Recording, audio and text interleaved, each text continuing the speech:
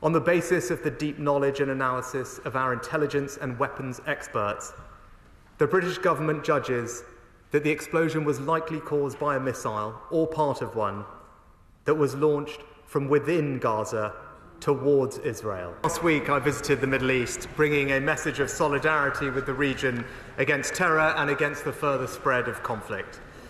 I met with the leaders of Israel, Saudi Arabia, Qatar, Egypt and the Palestinian Authority to coordinate our response to the crisis before us, but also to renew the better vision of the future that Hamas is trying to destroy. I travelled first to Israel. It is a nation in mourning. But, Mr. Speaker, it is also a nation under attack. The violence against Israel did not end on the 7th of October. Hundreds of rockets are launched at their towns and cities every day. And Hamas still holds around 200 hostages, including British citizens. In Jerusalem, I met some of the relatives who are suffering unbearable torment. Their pain will stay with me for the rest of my days. I'm doing everything in my power and working with all our partners to get their loved ones home.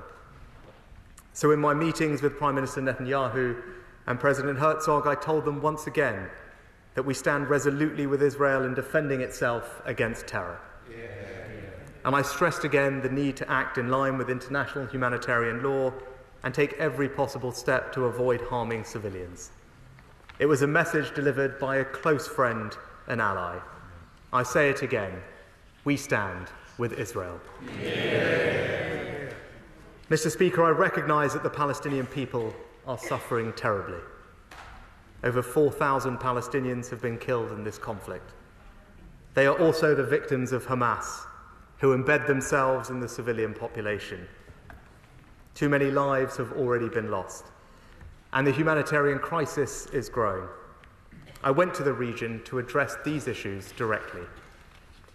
In Riyadh, then Cairo, I met individually with Crown Prince Mohammed bin Salman from Saudi Arabia, the Emir of Qatar, Sheikh Tamim bin Hamad Al Thani, President Sisi in Egypt, and President Abbas of the Palestinian Authority.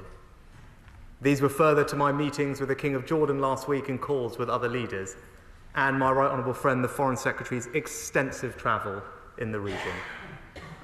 Mr. Speaker, there are three abiding messages from all of these conversations. The first is that we must continue working together to get more humanitarian support into Gaza.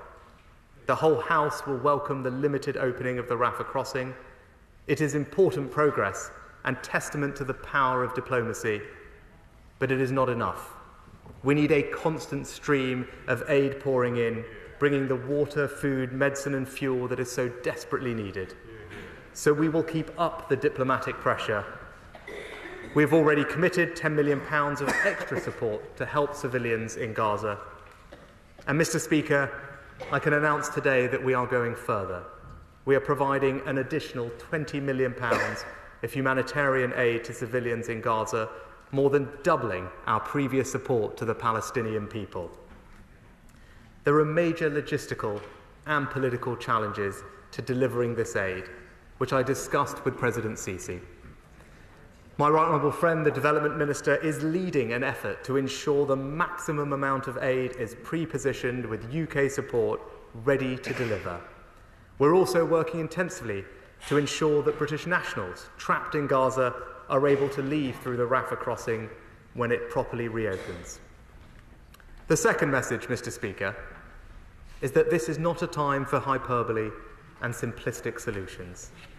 It is a time for quiet and dogged diplomacy that recognises the hard realities on the ground and delivers help now. And we have an important role to play. In all of my meetings, people were clear that they value Britain's engagement. The UK's voice matters. We have deep ties across the region, ties of defence, trade and investment, but also of history. President Abbas pointed to that history, not the British mandate in Palestine or the Balfour Declaration, but the UK's efforts over decades to support the two-state solution. And that brings me to my third point, Mr. Speaker. Growing attacks by Hezbollah on Israel's northern border rising tensions on the West Bank, and missiles and drones launched from Yemen show that some are seeking escalation. So we need to invest more deeply in regional stability and in the two-state solution. Last night I spoke to the leaders of the United States, Germany, France, Italy, and Canada. We are all determined to prevent escalation. That's why I'm deploying RAF and Royal Navy assets, monitoring threats to regional security and supporting humanitarian efforts. Mr. Speaker, our support for a two-state solution is highly valued across the region. But it can't just be a cliched talking point to roll out at times like this. The truth is that in recent years, energy has moved into other avenues like the Abraham Accords and normalization talks with Saudi Arabia. We support those steps, absolutely, and believe that they can bolster wider efforts. But we must never lose sight of how essential the two-state solution is. So we'll work together with our international partners to bring renewed energy and creativity to this effort. It will rely on establishing more effective governance for Palestinian territories in Gaza and the West Bank. It will also mean challenging actions that undercut legitimate aspirations for Palestinian statehood. Mr. Speaker, Hamas care more about their paymasters in Iran than the children they hide behind. So let me be clear. There is no scenario where Hamas can be allowed to control Gaza or any part of the Palestinian territories. Hamas is not only a threat to Israel, but to many others across the region. All the leaders I met agree that this is a watershed moment. It's time to set the region on a better path. Mr. Speaker, I also want to say a word about the tone of the debate. When things are so delicate, we all have a responsibility to take additional care in the language we use and to operate on the basis of facts alone. The reaction to the horrific explosion at the Al Ahli Arab Hospital was a case in point. As I indicated last week, we have taken care to look at all the evidence currently available. Mr. Speaker, I can now share our assessment with the House. On the basis of the deep knowledge and analysis of our intelligence and weapons experts, the British government judges that the explosion was likely caused by a missile, or part of one, that was launched from within Gaza towards Israel. The misreporting of this incident had a negative effect in the region, including on a vital US diplomatic effort and on tensions here at home. We need to learn the lessons and ensure that in future there is no rush to judgment. Mr. Speaker, we have seen hate on our streets again this weekend. We all stand in solidarity with the Palestinian people. That is the message I brought to President Abbas. But we will never tolerate anti-Semitism in our country. Calls for jihad on our streets are not only a threat to the Jewish community, but to our democratic values.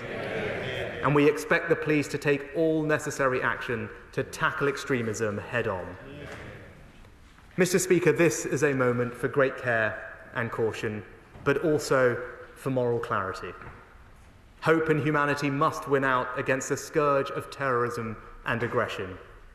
The 7th of October attack was driven by hatred, but it was also driven by Hamas's fear that a new equilibrium might be emerging in the Middle East, one that would leave old divisions behind and offer hope of a better, more secure, more prosperous way forward. It is the same motivation that drives Putin's war on Ukraine, the fear of Ukraine's emergence as a modern, thriving democracy and the desire to pull it back into some imperialist fantasy of the past. Putin will fail, and so will Hamas. We must keep alive that vision of a better future against those who seek to destroy it. Together with our partners, that is what we will do, and I commend this statement to the House. Mr. Starmer, Leader of the Opposition. Thank you, Mr. Speaker, and I'd like to thank the Prime Minister for advance copy of his statement. The brutal attack in Israel just over 2 weeks ago was the darkest day in Jewish history since the Holocaust. 2 weeks of grief for the innocent people who lost brothers, sisters, children, 2 weeks of torture for the families whose loved ones were taken hostage by Hamas. There was a small glimmer of light this weekend, the release of 2 American hostages, Natalie and Judith Raanan. I met members of their family last week, and I know that they will be overcome with relief. But Hamas still hold hundreds more, sons, daughters, mums, dads, still missing, innocent people who could, if Hamas willed it, be released immediately. But they remain hostage because Hamas want the chaos of war. Hamas want Jews to suffer. Hamas want the Palestinian people to share in the pain because the Palestinian people are not their cause. Peace is not their aim. The dignity of human life, Jew or Muslim, means absolutely nothing to them. And in the light of their barbarism, Israel has the right to defend herself. Yes, to get their hostages home, but also to defeat Hamas, so nobody need suffer like this again. And that we might once more see a road to a lasting peace, a Palestinian state alongside a safe and secure Israel. And, Mr. Speaker, this operation can and must be done within international law. We democracies know that all human life is equal. Innocent lives must be protected. These are the principles that differentiate us from the terrorists who target Israel.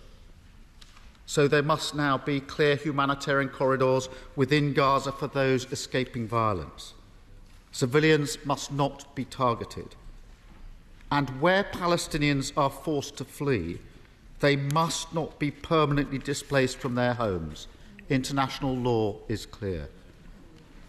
It also means basic services, including water, electricity and fuel needed for it, cannot be denied. Hamas may not care for the safety and security of the Palestinian people, but we do. We cannot and will not close our eyes to their suffering. Gaza is now a humanitarian emergency. There is not enough food. Clean water is running out. Hospitals are going without medicine and electricity. People starving, reduced to drinking contaminated filth. Babies lying in incubators that could switch off at any moment. The deal struck by the United States to get a flow of trucks through the Rafah crossing is an important first step. 20 on Saturday, 14 on Sunday. But it's nowhere near enough. Gaza is not a small town facing a few shortages. It has a population the size of Greater Manchester, a place even before this devastation where life was a struggle. Gaza needs aid, and it needs to be rapid, safe, unhindered and regular.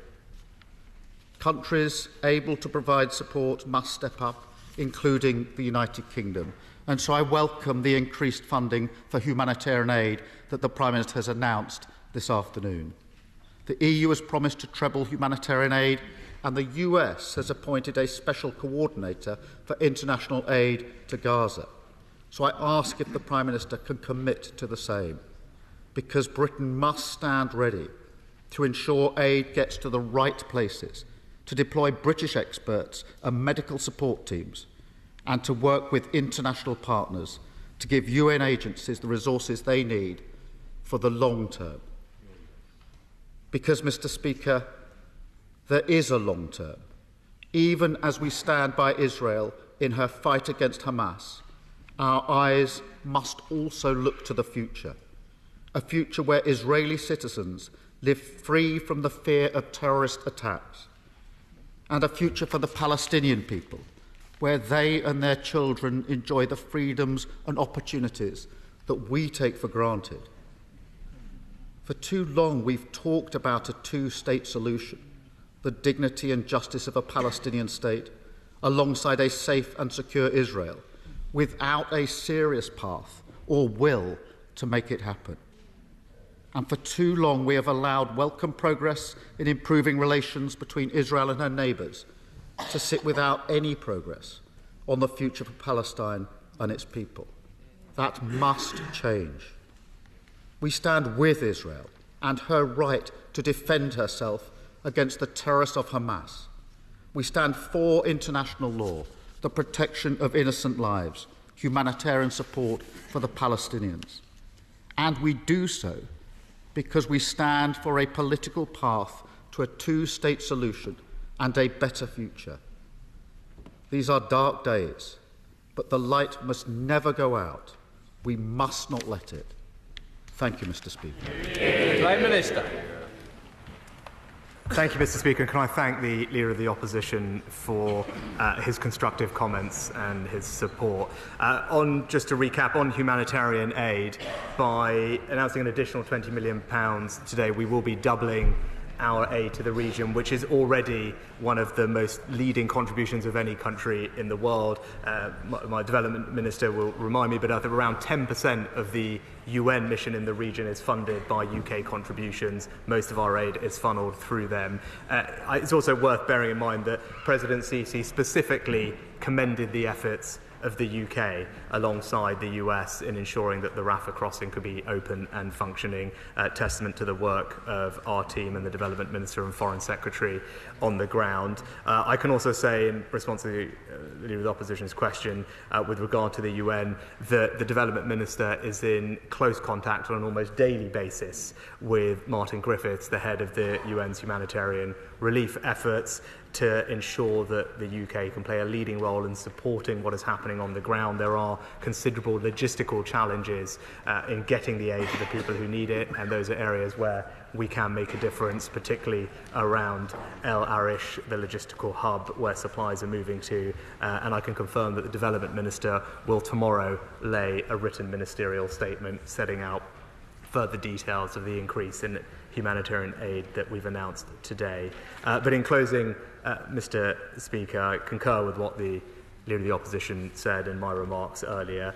There is absolutely a future available to us, which is a future more prosperous, more stable for people living in this region, where people can live with dignity, with security and with opportunity. That is the future that Hamas is trying to destroy, and we should stand united to stop that from happening.